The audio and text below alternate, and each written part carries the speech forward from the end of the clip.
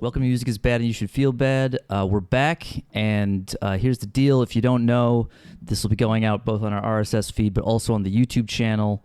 If you haven't checked that out, if you type Your Music is Bad, all is one word, into YouTube, it comes up. And we'll be posting the full episodes, but we'll also maybe start doing some shorter format stuff, which is more friendly with YouTube's algorithms. But the podcast will keep on casting, so don't worry about that. So first order is we went to a metal show a week or so ago, Septic Flesh and Dark Funeral. Oh yeah, this was unintentional comedy. All right, so all I knew going in is that Septic Flesh's new album was pretty good, and so it seemed like it'd be a good show. Yeah, so Septic Flesh have always been one of those bands that they were just around, right? And I didn't really care.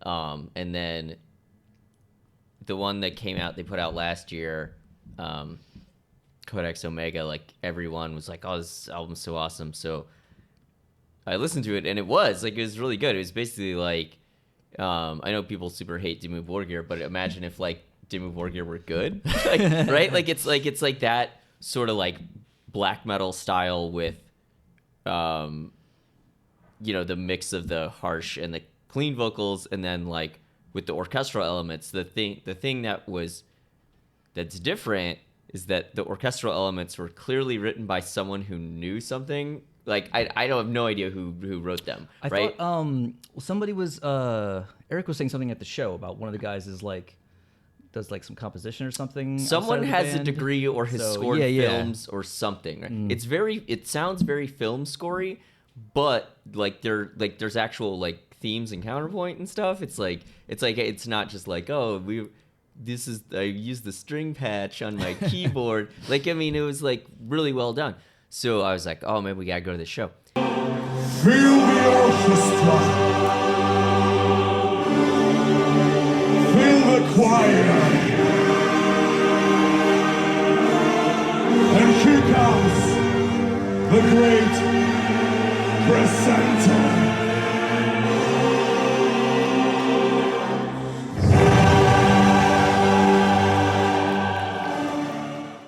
And then so the show sold out, but I guess everyone was there to see Dark Funeral. Oh yeah, because it was just packed for Dark Funeral, but then when they finished, I thought it was just the in between bands thing, but they didn't come back. Yeah, people didn't come back. Right, so it was. There were still a lot of people there, but right, it was packed during Dark Funeral, and it was not during Septic Flesh. And but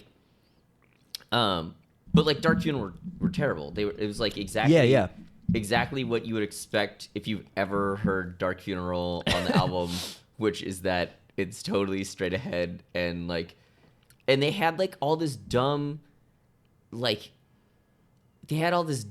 stage, their projections. It wasn't evil or spooky. It was I'm at the Halloween store, right. I was just it's just parody. But they didn't spend as much money at the Halloween store as that other black metal band we saw with the ghost mirror thing. Oh, they had the whole Carrick Agron. Yeah, and they had that whole big thing just so that once or twice it could be a hologram of a ghost lady. Right, there was no one wearing it a necromantic band leader jacket. Yeah. So whatever, they sucked. But at least I don't know, at least they sucked in a somewhat amusing and totally straightforward way. It wasn't they did crazy stuff that you're why did you waste your time doing this? They literally were just we're a black metal band, and you're okay, good for you. Apparently that's cashing some checks because a lot of people were there, and who then left. Yeah. Right, so then Septic Flesh so they did it was weird, right? Because so first of all, they did not attempt to sing any of the clean singing parts, which that's fine. Because as I know from seeing Soilwork, the worst thing you can do is attempt to sing the parts that you cannot sing. That is a disaster and a quick way to derail your show. So he just kind of less growled them. I don't really know So okay, that was okay. But then the thing, like, their set was just goofy. Mm-hmm. Like they were tight enough, but okay, just I'm trying to run down in my mind all the goofy stuff. Right. Well, so the most important is the thing that he's okay. So the first time he said this, it made total sense. It seemed really cool, right? So the guy's but the reason you have to set up the Okay. reason why there's banter in between every single song, because they would leave the stage. oh, right. Right. They did that. That's, They after every single song, they would like, and I don't know if it was because they were playing to a click, and like they had this thing. They had a very like modern setup where like there was no gear on stage aside from the drum kit. So I think like, I don't know if they were like trying to reset up for the next track, but they would like walk off in tune, I guess, between every song. So they would walk off stage, right, and like a lot of times they would turn the lights down, Yeah. and then he would come back, and then you want to talk about the Yeah. So every first. Okay. So they're from Greece, right? I think it's Greece. yeah. Yeah. So the guy would, of course, still in his death metal voice, he'd be like, "My friends." He'd be like, "My friends, I am going to count to 3, and then we will destroy." And then he would count to 3, and like they would mosh or whatever. And like the first time that was fine. I was like, that's good crowd work. This guy knows what he's doing. Keep shit moving. But then he kept saying the same thing. Right. It was like he had a phrase book. Right. It's He's like, "My friends." But my friends, First of all, he said "my friends" constantly. I was like, "Are we at we're at like a deli or like a diner?" Right, Like, right, yeah. Yeah, No, like it was anyway, it was New York to me, it was establishment. totally like he had the New York phrase book. He like that was the only English he knew, and so that was just he was gonna use it between every single song. And then with the counting every time, it started to sound like Metal Sesame Street. Oh yeah, totally. Also with the voice too, because he was already. I mean, he was doing. Death metal voices are like really like Cookie a Monster. hair They're away already from Sesame Muppet. Street. Yeah, exactly. From Muppet voices, you got Cookie Monster. I mean, King Diamond kind of sounds a little bit like Elmo sometimes. Yeah, no, well, it's right. So the thing was, like, it was the between song banter, but then he started doing it like during the songs. Yeah, right? yeah. Because they would do the parts where it's like, there's no singing because you get like the riff, whatever, and you'd be like, "My friends," like try to amp everyone up to mosh Right. or whatever, and he kept saying it, and it was just funny because you're just like, dude, like, why is this isn't very metal? The humor like, built throughout the show. Basically, it was cumulative. And he also like I noticed like a lot of the songs, especially towards the end of the set, it became obvious how many of them like the chorus was just the name of the song. oh, geez, yeah, just repeated. shouted repeatedly. Like he's yeah. like, "This next song is about Prometheus." Prometheus," and he'd be like, "Prometheus," and be like, "Hey, yeah, I get it." But you know what it reminds me of? If you've seen that Evergrey DVD, like where they're in Sweden, Yeah. and basically they just every song they ask the crowd to clap, like right, like, and you're like, this is a metal show, and you're like, but I guess metal crowds in Sweden like to clap along. Like it had that kind of feel to it where you're like, maybe this is like a European thing that we don't get. Like, so my Maybe. friends, like, I don't know. It was weird.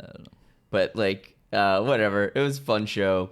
But it was goofy, and considering how awesome that album was, I was hoping like there was potential there for it to be like a really epic, heavy Yeah. show, and they made it goofy, and like which is saying something when like you're essentially a black metal band, and like I expect Goofy to be like you're saying like the Halloween store, Right. Like spooky skulls and shit, like Yeah. Oh, plus they had like these alien looking, alien looking like exoskeleton type suits. Yeah, their outfits were cool. Yeah, I'm yeah. sure they smelled horrible because Right. because that's the thing when you're on tour and you have stuff like that, like you can't throw that in the wash. Yeah, like yeah. like if you had time, you could hand scrub it, but like if you're on a bus all day, you don't. So like yeah, any stage rubber stuff. Yeah. Like yeah. So So what else we want to we go in about? chronological order? Yeah. Okay, so then the next thing that happened was I saw Nightwish. Oh, that's right. Yeah, and I heard that's- about Nightwish. I did not That's go the to only Nightwish. thing I took notes. Like because this show. Well, okay, so preface that there was hope, right? There was a sliver of hope because people were saying they were playing like classic. There was a rumor. There was a rumor before the tour that they were just gonna play like Oceanborn in its entirety, and then I knew that was false because I went on Setlist FM or whatever and like looked up the couple previous nights, and but here's the other thing is I have not listened to Nightwish, as in like none. I have not heard any Nightwish since like I guess it'd be like 2001, whatever. Whenever Wishmaster came out, maybe it was even 99. Whatever. It's been like almost 20 years. It was 2000s, but yeah. I know what you're talking about. It was early. It was like 2001. Yeah. So I remember. And the reason I stopped listening to it is because Wishmaster is not a good album, right? So and like like today, like if I were to play, Oceanborn for someone today. The other one's called The Angels Fall First, right? The first one. Mm-hmm. If I were to play either one of those for someone today, like who was just getting into metal, I would not expect them to like think it was cool. But it was like 20 years ago, there was like nothing sounded like that. Yeah. It was like a big deal, and so it was like cool because it was different, and they were like, it wasn't like over the top shreddy, but they had like a lot of intricate parts, and like it was just like cool and active to listen to. So then Wishmaster comes out, it's not good. Then like there's a whole bunch of drama about like they changed singers, whatever, and like there was always this thing that was super annoying back in the day, right? Where people like thought, is it Tarja or Taria? I don't even know the right way to say her name. Tarja, but yeah, whatever. But the woman who used to be the singer, people are always like, oh, she's like such an amazing singer. You're like, but she's not. Like if you've ever listened to anyone who's trained to sing, it's like, but whatever. It's like when you have no point of comparison, like why you would think it was cool, but she's not actually good. So anyway, now they have Floor Jansen, who like was in Arion. Yeah, and she's pretty good. She's like honestly, I mean, I don't want to say female singers in metal. Female singers in this sort of subspace of metal, in the like clean opera singing thing, right? And if we want, and when she does belt style, it's really good. Like when she does non-operatic stuff, it's good. And there's not a lot of, even still, there's not that. There's a few more now. There's more female singers. Like the singer for Unleash the Archers is basically like female Bruce Dickinson kind of thing. Yeah, but like. Women weren't even really trying to do that for the most, other than like Doro and a few here and there. So like, Floor is probably the best of that kind of style. Yeah, no, definitely. And so actually, I really have to give her props at the show. I mean, she sounded great. She was in tune the whole time, even like when they harmonized and like through the hard parts. Like, and she never really sounded like she was straining. Like, cause like that's the thing I hate about like Ramsette is like that woman. There's a couple tracks where it's just like they're clearly entirely outside of her range. Yeah, she's straining the whole time. Like Floor sounded like she had good breath control, especially considering these were songs someone else originally sang. Yeah. Right. So the other thing before we keep going on that, I just wanted to add about Taria that the story of Nightwish recruiting her, because that was the thing. It was like you were saying, nothing else sounded like that. And no one had really attempted that.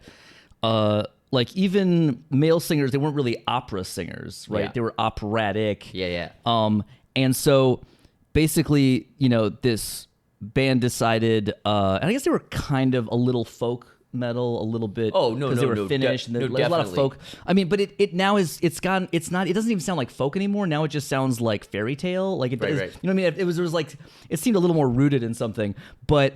Basically, they convinced her to join a metal band. She did not listen to metal. She wasn't into metal. They're just like, this thing, it might be cool. And also, your odds of being a successful opera singer are very slim. But, Well, and probably also, I mean, I don't know the rules in Finland, but I mean, I imagine just being in the band got her a grant, like a government stipend. Maybe. But right? yeah. Oh, yeah, so yeah. It's like, you're going to get a payday regardless. Right. But that was the thing. Like, even back when they first came out, I remember like her, her even saying, or maybe people saying about it, how opera's really hard and because demanding. There's a lot of opera singers way better than her that didn't make it. Well, right, and that was the thing. So that's part of I think part of the subtext of that whole situation is like she wasn't that great at opera to begin with, but like nobody in metal knows that, and so they're like, sounds like opera, and everyone's like, oh my gosh, she's the best opera singer. And now she's like co-headline, like it's this year's Prague Power theme is, wait, really? Because the headliners are James Labrie and Tarja. I totally forgot. It's about solo vocalists who That- you're both kind of like, that you yeah, didn't but wanna I don't hear in think the people first were place. listening to the band for that in the first. But some, Yeah. you know. No, James Labrie's awful. Can we? I have to tell my James Labrie story again, just since we're on it. Like as I understand it, right? Like Dream Theater were at this point where they were, after they fired Chuck, that they were just gonna be an instrumental act. At least this is the story I've heard. And then they were like, but then we got this tape, and we were like, oh man, this voice is just too good to pass up. And I was like, what was that tape though? Right? Because if that tape was the Winter Rose album, like. It might have been. It's so bad. Like it's not just like, yes, the music is bad because it is butt rock. Yeah. But like his performance on it is bad. Like, so I don't know. Maybe he made a demo that like of the Dream Theater songs. That's like, possible. But you 'Cause would I have thought think- that somebody would have like posted that on the internet or something Yeah. by now. You know. Yeah. Which makes me think they just listened to Winter Rose, which is awful. And I don't know like what that thought process is. And we all paid for it for the last 20 years. Yeah. All right. So. So the show. So okay. So here's the interesting thing. okay. So when Floor joined Nightwish, Yeah. I was like, oh wow, maybe I'll listen to Nightwish again, because I also like I listened to Oceanborn and then Wishmaster, and then I was like, that's enough. That's Yeah. enough of that. And it just kind of went down from and then also like they brought in the bass player. I forget his name, but with the beard, Right, and yeah, he yeah. just started doing some vocals, and I was like, but that's not really what whatever. I just wasn't into any of it anymore, and I was like, thank you. And occasionally I would hear something new and be like, still no. Right. And then she turned like, maybe, and then I heard the first song with her. I was like, it's gonna be a no for me, dog. It's gonna be no. That's not gonna work. Yeah. So okay. Yeah. So that dude, that bass player dude, he sings. I forget. He has a Finnish name. I don't remember. Yeah. So he's still in the band, and then the keyboard player is the original. Like he's the dude who like writes everything. I think. Yeah. And then the guitar player that they call the Hobbit because he's 5'3", The little tiny guitar. and then the drummer who I don't know who he is, and then they had this other guy who. Okay, so to your point about it being like folksy, they had this dude who played like a variety of like pan flutes, bagpipe type thing. So we actually had this one thing that I don't know what it was. So it was like, because it had a bag as if it were like some sort of bagpipe, but it wasn't a bagpipe because he wasn't like breathing into it. It was just like he was just doing this. Like I you know, it was weird. But so the whole thing started like with him doing this like fantasy whatever, and then the whole show was synced to the video, and it was weird because like so they told on the thing it said doors at 7, show at 8, and they went on right at 8:30. Like they hit like at 8 they like put up this I totally forgot I didn't write this down. I'm so glad we're talking about this because I remembered, because this killed me. They put up this like this backdrop that was like, I don't know what it was supposed to be, whether it was supposed to be like like a camera shutter or what, but it was like clearly a digital image that they'd spent a ton of processing power on rendering because it looked fucking gorgeous. Okay. And then there was like a countdown clock, and then like 8:30 hit, and it was like and like brah, and then they started this whole thing, and they were like, we're gonna take you on an adventure where you can unplug from the digital world. And I was like, you are aware you are standing in front of a very large digital projection, and the whole thing, like so then the rest of it was right. It was all clearly like digitally rendered stuff. There was no like filmed footage or photograph. Like it was all totally digitally rendered, and but the quality of that wasn't like as high as like, because like the first thing, I mean, looked like something you would expect to see in like a AAA video game, right? And this other stuff was like something you'd expect to see in like a video game from 10 years ago, right? Like it was like it worked, it was fine, but it was just the contrast was striking. And so yeah, like they were totally playing to a click because they were timed with the video, and like, but whatever, for their, like, again, like, because they have their intricate parts, whatever, like it worked. Like it didn't like suck the life out of the thing, but I don't know, it was just kind of goofy. They played but like I said, they were tight.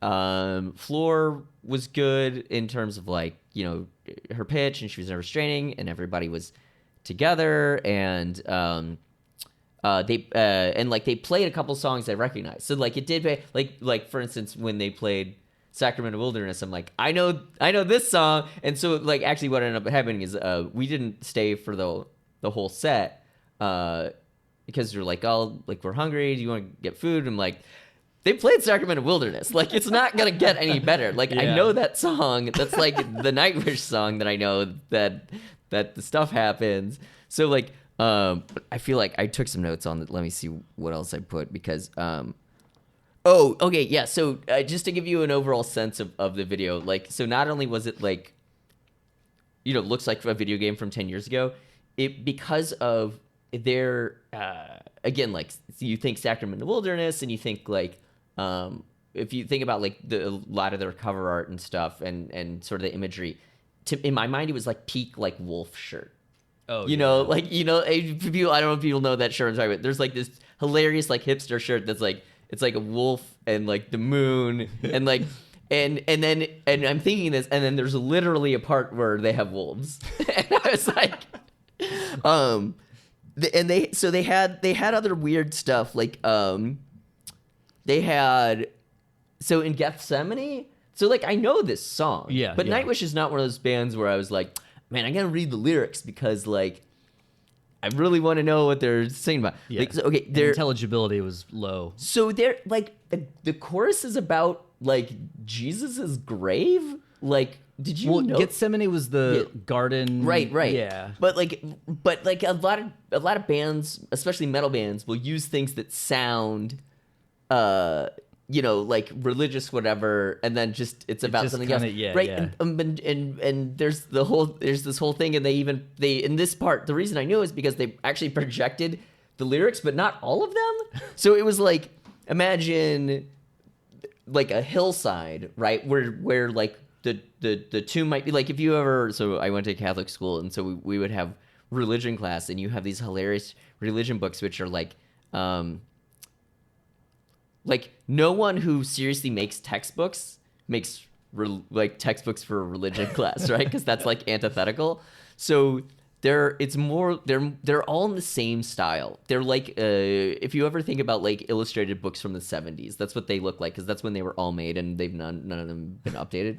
And so it was like, it's like that illustration you would think of the tomb, right, where there's like the hillside, and then there's like boulder.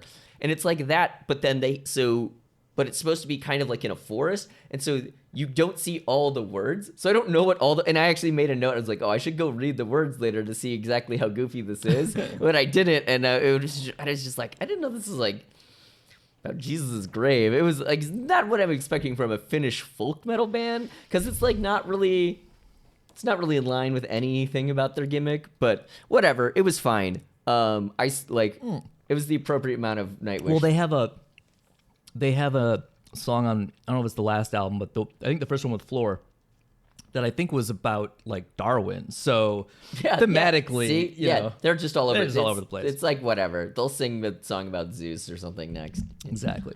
If they haven't already, I don't know. Wouldn't put it past me. But yeah, that was that. I don't know if you had any comments on Nightwish. No, I mean, I wasn't there, but I just meant in general. Yeah, that was pretty much it. I mean, yeah, like, so no, and the Darwin song was the song that I like saw the video, and I was like, oh, Floor's in the band, maybe. Nope. Like, it was a hard no. It was just, oh, this is not gonna work for me at all. But yeah, so then the next night I went to St. Vitus to see Without Waves and Moontooth. And so I think we've talked about Without Waves before, right? They're from Chicago. They opened for November's Doom at that show, Oh, right? yeah. And they're like a heavy prog band. And so like they played pretty much the same set as the last time we saw them, and they closed with that song with the looper and everything, and it was cool. Like they were legit. Oh, the one they played a Ministry tune, I think. I can't remember, but I didn't know the song, so I was just like, whatever. That was the low light of their set. Was when they played the song everyone knew. But then, so Moontooth, they're one of these bands where I've tried to see them 3 times, right? But it was like one time it was in Jersey, and I was just like, I don't really want to go take the path to go see this band. And then the other time it was like something came up, or it was another show the same night, whatever. So I was like, all right, I'm gonna go see this band, because I'm not a big fan. Like I've heard their stuff, and I'm like, oh, that they're a cool band, whatever. But I'm not in the habit of listening to them or anything. So they were really boring. Because the deal was like, I say they're boring for the very reason why I think other people wouldn't think they were boring, because they were very much approached it like they're a rock band, right? And they were like, all right, you guys ready to rock out? We're gonna play the rock and roll for you, and and they're like, here's the catchy tune, here's that riff, and so it was just it was too, because my sense of them was oh, they have some cool proggy parts, whatever, and they were just playing it a straight ahead, we're a rock band, whatever. And I don't know, I watched 3 songs, and then I went to talk to Zach in Without Waves, and I was like, cool, man, it was great seeing you guys. And then I left. So it was you don't need to see Moontooth unless you just want to go to a fun show to get drunk at, go to a rock show. Because you can go to a lot of rock shows and the band is terrible, right? Yeah. They're a good band. They know how to play. I just don't really care about rock music. Yeah. I'm just whatever. Yeah, so that was that. And then was there another show that week? I feel like I've been to a billion shows this past 2 weeks, but I can't remember. We went to 2 Minutes to Late Night taping. Oh yeah, that was awesome. And but we don't really say about that other than check then out you 2 should Minutes watch to 2 Late Minutes Night. to Late Night. Yeah. Oh yeah. Oh, so actually, yeah, and that was the night before Nightwish.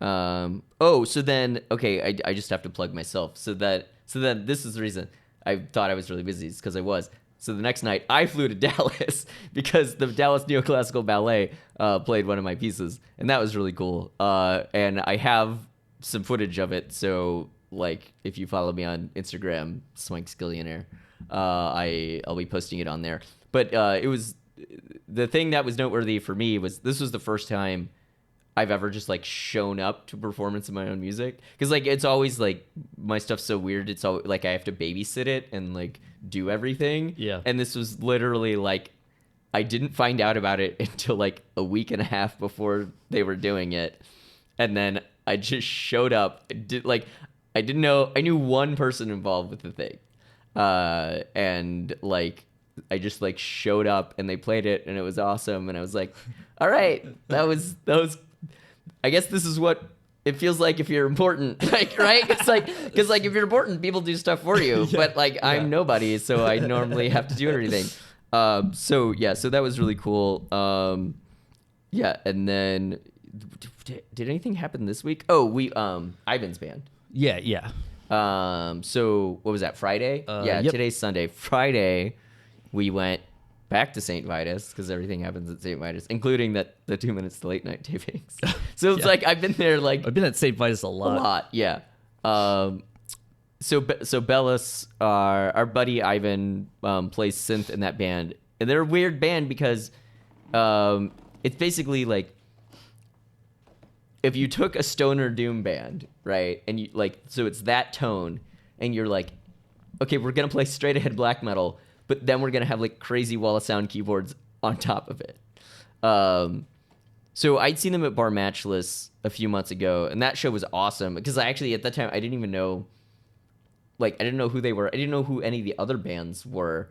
I was actually not expecting a metal show. I thought it was I thought it was going to be a weird noise show, whatever. Because anytime Ivan's I'm playing on this show, it's a weird noise show. And then it was a metal show, and all the bands were pretty good, and they were really good. I actually thought they sounded better at the previous show than at this show. The cool thing about this show is that it was super loud. Because like New York shows are never loud. And this show, I was like so glad I had my plug. I mean, I always have my plugs, but it was like it was loud. I don't know if you had anything to say about their set. No, just yeah, no, the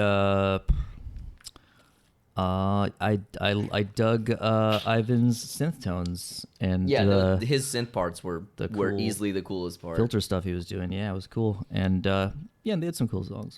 Yeah, so it was this is so weird. So every metal festival now has to have like a pre-show as a way to like, because it's like, but I get it because it's one of those deals where it's one of two things.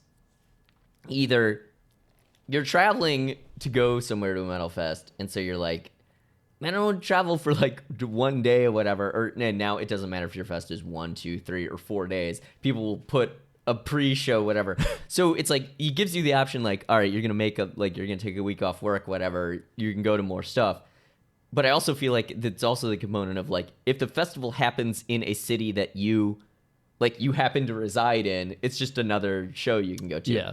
So this was really weird though, because this was like the kickoff show for some Decibel Metal Fest thing in Philadelphia. so it's like, wait, it's in the wrong city. But so it was Bellis, Believer, and Incantation, and so like, Believer on their thing, it was like they built it as special old school thrash set, and so I was like, oh, so that means you're just gonna play the stuff that people actually know, because they reformed in 2005, and I didn't even know that until like I looked it up the day, because it was like when it said special old school thrash set, I was like, oh shit, did they have like 2 albums before they got kind of proggy that I don't know about, and that are just like totally straight ahead thrash, because I could see it as one of those things where they were like, oh man, we haven't played a gig in like 2 years, like we don't have time to practice the intricate stuff up. Let's just play that first album, and we'll like claim it's a big deal. No, they played the stuff people wanted to hear. They were not loud, but like it also wasn't that super entertaining.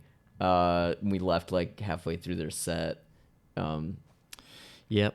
And then I saw the next day somebody posted on the Prog Power unofficial Facebook group a clip from St. Vitus, which I assume means it was their clip, because maybe not. Maybe someone was just like, oh, yeah, and thought it was cool, but it said it was at St. Vitus, even the thing. And so somebody who posted was like, Glenn should book these guys for Prog Power, and I was like, considering St. Vitus wasn't sold out, yeah. And it is a small room. And then like they're like, yeah, but he maybe like a middle spot, like. And I wasn't gonna keep engaging, but I was about to be like, yeah, like have you? I don't think you must not have been there, because I feel like if you were there, you would have been like, okay, this is not enough people. You've also probably never tried to sell tickets to a festival, right? Yeah. But they were fine, but it was just, 30 years too late, anyway. And then I don't think any of us had any desire to see Incantation. No. And I didn't hear from anyone later like, oh, dude, Incantation tore it up. Okay, so then last night we went to a Rasslin show. And then last night we went to the Rasslin show, which I thought would be funny we should totally include that, because... Well, it's the reason we went was very musical. Yeah. It is related to. So I went to school with a bunch of the dudes from what at the time was Mandolin of the Well, right? And actually the first person that I met in that band was Greg Massey, the guitar player, because he was working the admissions office. And it's actually funny because I also met Mike Van Dyne, the original drummer from Arsis. He was also working in the admissions office. I met a lot of cool metal dudes at the Berkeley admissions.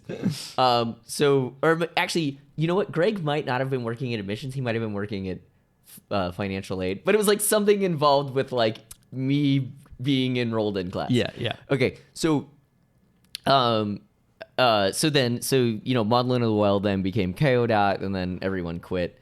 And so we were at NAMM, and when we were at the Ladder Math show with What was the name of the guy who played with the fronting track? He just played I guitar. don't know, but like, if you want to see it, the clip it's on. Okay, so it's on my other YouTube channel.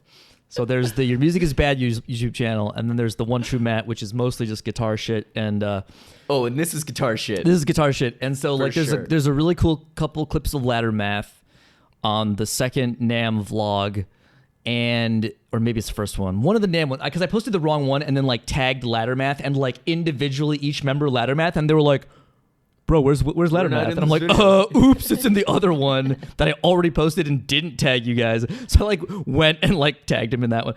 Anyway, so after ladder math, there's a clip of this dude who just like, he had the whole space that like their entire band was taking up, because it was just him and a track, which I guess was just like an entire song. It wasn't even like, and then he just played like the rhythm guitar part. It wasn't like, that was the thing. It wasn't like a backing track. It was definitely a fronting track. And the other thing is, I don't even think it was like a performance track. I think he just played along to his CD. Yeah, and just kind of like walked back and forth. Like, he was on the move the whole time. He was just pacing back and forth like, I'm playing guitar. And it was bad. But anyway, so at that hilarious show, the Greg Massey was there, and it was the first time he'd been to NAMM, and I was like, yeah, dude, like, we come every year because it's awesome. And he's like, yeah, I'm doing all the music for this professional wrestling, I want to say fed, but promotion, I think is the correct term, Capital Wrestling, and they hold events in Hoboken. And so he's like, yeah, there's a show coming up, and we're like, dude, we're there. Like, so it was last night. And it was amazing. It was like $15 for like 3 hours. They were like it'll be like 2.5 hours. It was 3 hours. It was a solid 3 hours, because doors were at 7 and the show was at 8, and it was over like after 11. Yeah, and it had everything from a wrestling hot dog to a clip-on tie spot to a bunch of dives because it was an indie show. But there's even a dude with a heavy metal gimmick where like he has a flying V, and he had a half stack that like he'd covered all the logos on with like his logo. Like, that was awesome. And he had like a wireless, so he walked around and like played along to it. To his entrance theme. It was way better than like there was a guy, it was in the early 90s in WCW. I think what did they call him?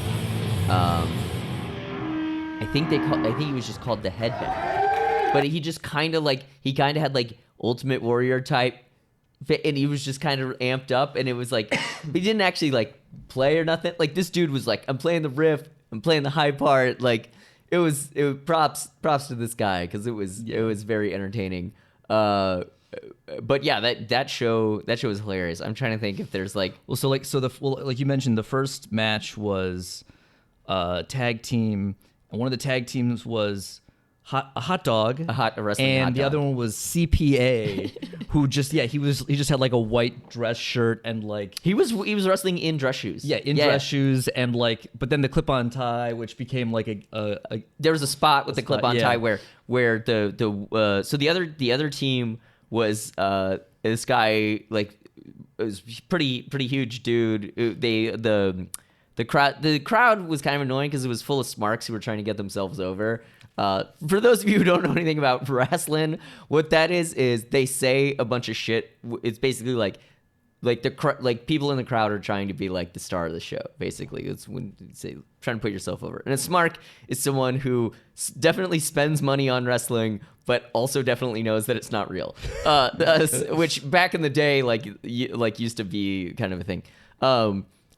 So they kept calling him Diet Bobby or Bobby Light or something like that. Like, I can't remember, because like he had a very Bobby Roode gimmick, and his partner was this guy who was like really fit. Like, dude looked like a swimmer. Like, he had a six-pack and he was tall, but he was thin. Like, he was not built like a pro wrestler. Like, he was built like a basketball player, or he really looked like a swimmer. And so it was the two of them against the hot dog and the CPA. And the spot was, dude grabs the CPA by the tie, but it just comes off because it's a clip-on. And so then the totally pro wrestling contrived of it is he goes to complain to the ref like, guys wearing a clip-on, okay. And while he's doing that, guy whips out another clip-on and puts it back on. So it was pretty funny. And then there's this weird, like, we thought it was going to be the theme of the whole show because the first match ends, and then for no reason... No. That's how the match ended. The match didn't end. Oh, right. Because they stopped the match inexplicably. Right, because the CPA suddenly turned on the hot dog, and like they just gang up on him. There was no backstory or anything. I mean, maybe if we'd gone to the previous Capital Wrestling show, maybe there would have been some conflict brewing. But yeah, the CPA just starts beating up the hot dog. Yeah, and like and then the second match, which was with the heavy metal, was the heavy metal guy. Yeah, and the heavy metal guy, it was another tag team match. His tag team partner betrayed him at the end of the match, and then the three of them ganged up on him, and one of them at one point was like, "You don't belong." Like, maybe he just like came from a different promotion or something, because it sounded like they mentioned some wrestling schools. So they definitely, like, on the bigger indie shows, right? People will travel from either from their school or from some other promotion. Yeah, and so I thought maybe that was their bit they were doing, is that he's from a different school or something. But so again, like, you belong here. We didn't have sufficient backstory. Right. It didn't make sense. Why? And just the combination of also like, so the hot dog guy was black, and everyone else in that match was white. And so them ganging up on him and then telling this guy he doesn't belong. I'm like, is this some weird xenophobic thing I'm not catching on to? Like, are we supposed to all be like against immigrants or something? Like, I don't know. Yeah, it was. But it was weird. Then it didn't really. No, but then it definitely wasn't, because so that second tag team match was the kickoff of a tag team gauntlet match. Oh yeah. Like, which we occupied like an hour. But again, I was like, is the entire gauntlet going to be like somebody gets betrayed, right, and then the next match? Because then that dude, his tag team partner left, but they won. Right, they won, and then they betrayed him and beat him up, and so he was by himself when the next tag team comes out, and just squashed and then him. and so. But I was like, hey, maybe keep it going. Maybe have one of them. But then there was this tag team. They were called the Perfect Strangers. Oh yeah. And the thing is, before the show started, right, when we were just sitting there, they actually played not the theme song, but the Machine Head song, or not Machine Head, Deep Purple. Deep Purple. Machine Head is the Deep Purple album. Yeah, they're playing. They played Perfect Strangers. But so then these guys come out as the Perfect Strangers, which I don't understand why that was a gimmick. But they had TPS on their trunks, like, and so I'm thinking like Office Space, the movie where they're like, hey, you got those TPS reports? But then the one dude in that team, like, his gimmick was like that he was Greek. And they kept being like, Opa! Yeah. And like the crowd, he was like the most over dude. The crowd was so into it that it kept going like the entire show. People would just be like, Opa! Again. And be like, that guy's not even out here. I'm not Greek. I marked out for it. I was like, Opa! No. Like, let's do this. Like, I don't know. The whole thing was hilarious. It was definitely $15. It was the most fun you can have for $15 in Hoboken. Oh yeah, I will say that definitively. Listen, I've seen used car sales lot wrestling before, and this was better than that. Well, the other thing was, remember when at Heavy Montreal, when we saw the pro wrestling, we saw the Canadian pro wrestling, but it was all like high spots. Yeah, there was no plot, there were no betrayals in that. It was disappointing, because I thought that would have been funnier to hang out and watch the wrestling at Heavy Montreal, but I think Canadian pro wrestling is just too polite. Probably, yeah. Well, also there's a lot of like very Canadian themes, like a couple guys were like lumberjacks or something, and I was like, are there other themes I'm not picking up on because I'm not Canadian or something? And they're like, well, he didn't say he was sorry last time. He didn't say, good match after the last time when he beat us, and so now I'm quite cross about that. Hey, what's all this arguing about? What's all this arguing about? Oh, you guys are gonna have to wrestle about that. I think definitely gonna have to wrestle about that. Let's get a referee in here. Yeah. So, I mean, that's all the recent shows and stuff. So we're gonna be getting back to some regular episodes, hopefully. I mean, we might try out some new stuff. Not all of them are gonna be streamed, but we still can stream. So maybe. Especially if there's any interest in like interactive stuff like Q&A episodes or anything like that, we would totally be down to do that. You can ask us what bands we hate and why. That would be great. And let us know wherever you check us out, YouTube or Facebook or Instagram or whatever. And I think that's the show. So I'm turning it off now.